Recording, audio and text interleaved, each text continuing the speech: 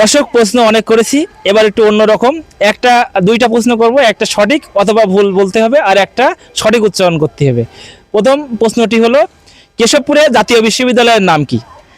আর দ্বিতীয়ত কেশবপুরের নারায়ণপুর মাধ্যমিক বিদ্যালয়ের স্থাপিত হয় কত সালে? ওরে বাবা, ওই যে ওই শেষের মাথা, এই যে হ্যাঁ ওই হ্যাঁ। স্কুলটা প্রতিষ্ঠিত হয় 1942 খ্রিস্টাব্দে। আর হচ্ছে ওই প্রশ্নটা হচ্ছে ভুল। দর্শক প্রতিষ্ঠিত কি ঠিক আছে? প্রতিষ্ঠিত যখন ঠিক আছে, জাতীয় বিশ্ববিদ্যালয় নামে কেশবপুরে আসলে কিছুই নেই। যাই হোক, সবগুলো সঠিক হয়েছে, ধন্যবাদ। তো পুরস্কারের জন্য যে কুইজ করা হয়েছিল সেখানে সঠিক উত্তর দিয়েছে। আমরা এখন তার নাম জানবো। কি নাম? তাহসিনা তানজিম।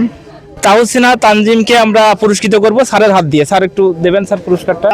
যারা উত্তরে সঠিক হয়েছে, উত্তর সঠিক আছে, তাদেরকে আমরা পুরস্কৃত করছি। প্রথমেই